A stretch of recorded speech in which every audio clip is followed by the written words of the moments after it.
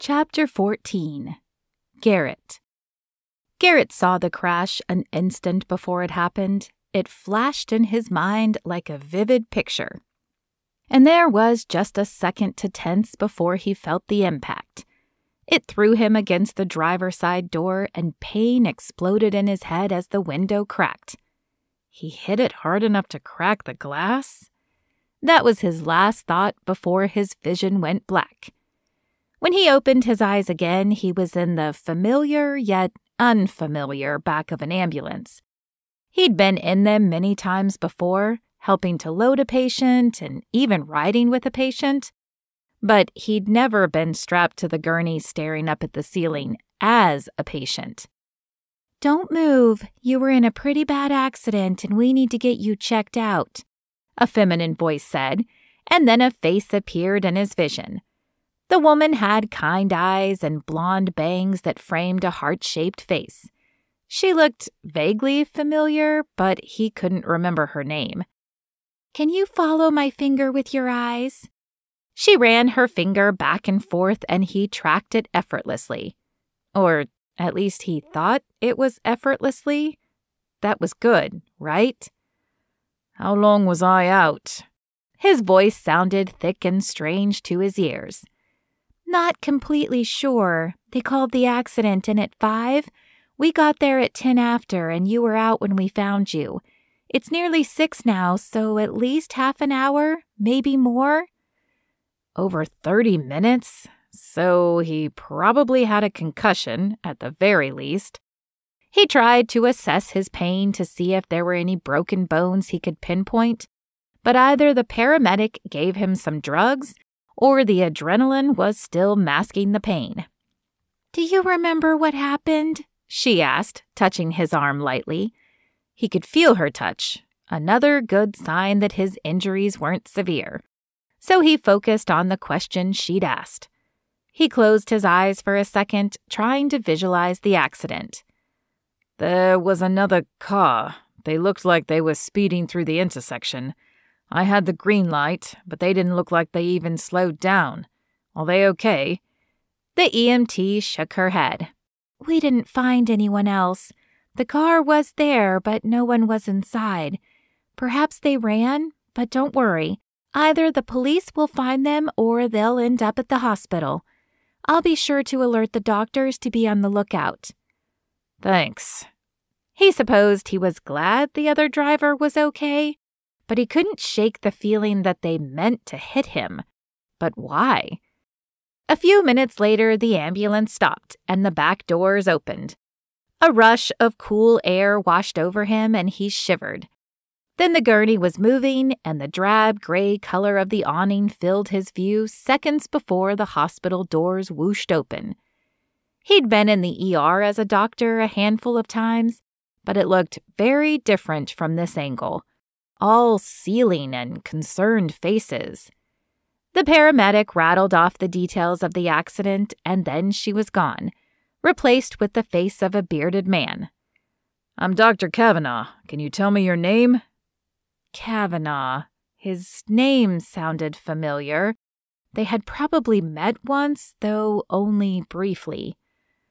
"Garrett. Dr. Garrett Young. I work in pediatrics. Can you contact the head nurse there and tell her what happened?" Of course. If Dr. Kavanaugh was shocked to be working on a coworker, he hid it well.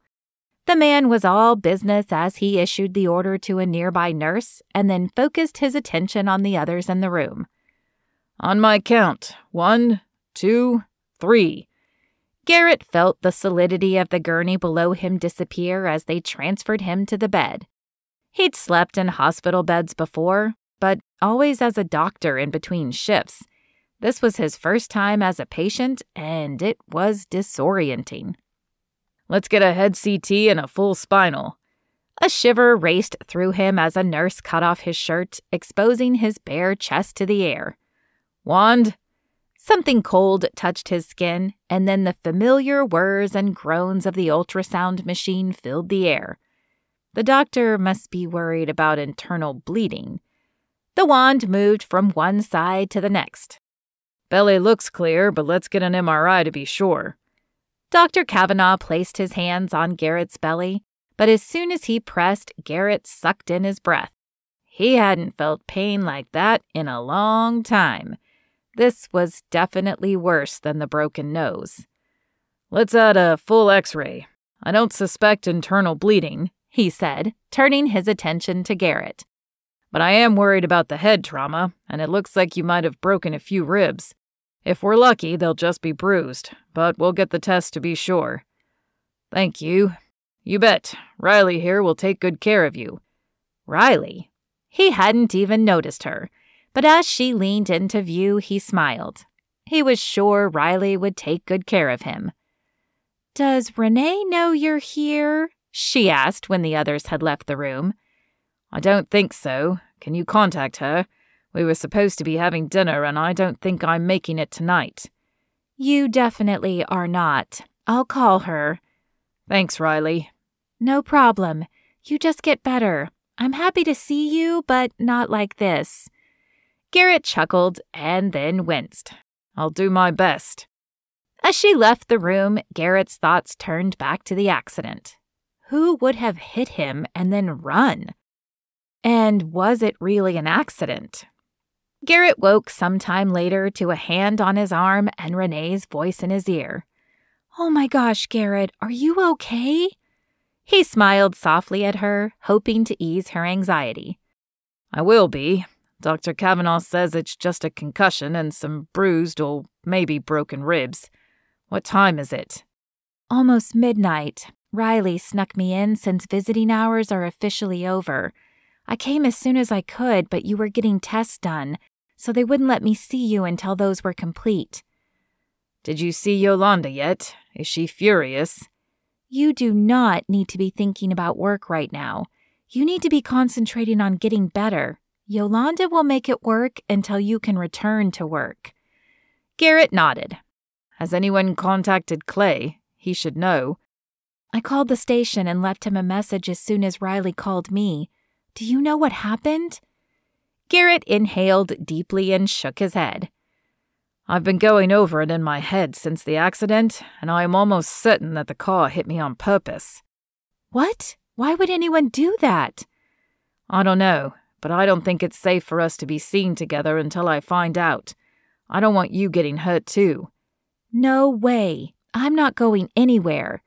She shook her head as if the act of doing so would change his mind. "Renee, I can't protect you while I'm in here, and I can't worry about your safety." "Why would you be worried about my safety?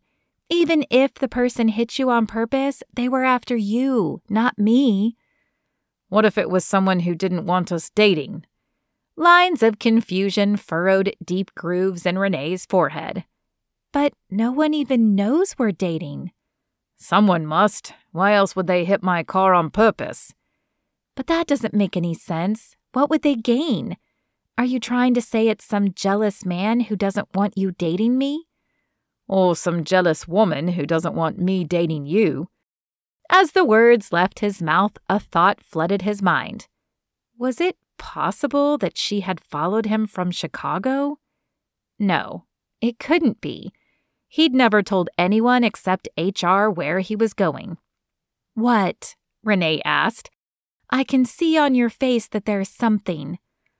"No, I'm sure it's nothing." "Spill it, Garrett. If we're going to get to the bottom of this, then you have to tell me everything." He sighed. He'd left Chicago to get away from the past, and he'd been hoping it would stay that way. But perhaps the past had come to him. "Okay, so I already told you about Carrie. I suppose it's possible it could be her. But there was another woman I didn't mention, a patient's mother. She grew rather attached to me, and while I couldn't prove it, I felt like she was stalking me. But I never told this woman where I was going, so I doubt she would have found me." "But she could have followed you, couldn't she?" Garrett shrugged. He supposed it was possible, though it didn't sound probable to him. "Well, we have to do something, Garrett. Did you tell the police this yet?" "No, they haven't been in yet, but I will when they come in. I promise. And as soon as I can find my phone, I'll call Clay too. He can look into the woman. He gave her hand a comforting squeeze just as the door flew open and a nurse entered. It was not Riley. This woman was stocky and hardened, and her eyes narrowed when she saw Renee. "What are you doing here? Visiting hours are over." Her eyes narrowed as she stepped closer. "Don't you work upstairs?" Renee pasted a smile on her face and looked up at the woman. "I do. I was just checking up on my boss. Needed to make sure he was okay." Her voice was calm and confident. Evidently, the scary nurse didn't intimidate her, or she was really good at hiding it. "He's fine. We'll make sure he's fine, but he needs his rest, so you should go." Renee stood but looked back at Garrett. "I'll tell Yolanda you're okay. You hurry and heal, okay?" Garrett could tell she wanted to say more, but not in front of Nurse Hatchet, and he didn't blame her. "I will. Thanks for checking up on me." He squeezed her hand lightly and then watched her walk out of the room. Then he turned his attention to the nurse. "Do you know if my phone came in with me? I'd like to call my brother." She glanced around the room and then nodded, crossed to the corner and brought him a plastic bag. "This was everything you came in with, so if your phone was found, it will be in there." "Thank you." He waited until she left the room to dig through his bag. His phone was down at the bottom, and he held his breath as he pulled it out. It wouldn't surprise him if it had been damaged in the accident, but thankfully God was smiling down on him, as it was not only not broken, but still held a charge. He dialed Clay's number and waited for his brother to answer. "Garrett, what's up? It's the middle of the night." Clay's voice was groggy and heavy with sleep. "I know it's late, but I need you to do me a favor."